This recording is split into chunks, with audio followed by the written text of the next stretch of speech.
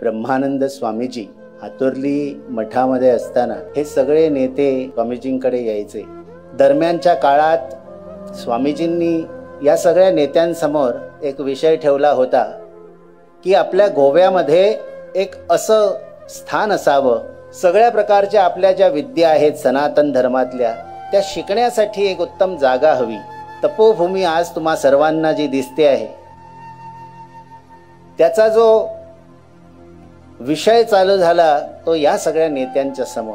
आणि आपणा सर्वांना सांगतो रवी सीताराम नाईक म्हणून आज तपोभूमी आज आपल्या सर्वांना दिसते आहे। शक्य नाही ती गोष्ट त्या काळात शक्य करून ठेवली आणि ब्रह्मानंद स्वामीजींना जो दिलेला शब्द होता तो त्यांनी पाळला। मला खात्री आहे केंद्र सरकार आणि आपल्या प्रमोद सावंतजींचं सरकार त्यांची नक्की दखल घेतील आणि रवी सीताराम नाईक यांना जशी श्रद्धांजली अभिप्रेत आहे ती त्यांना नक्की मिळेल, यात मला कुठेही दुमत वाटत नाही। जय सीताराम।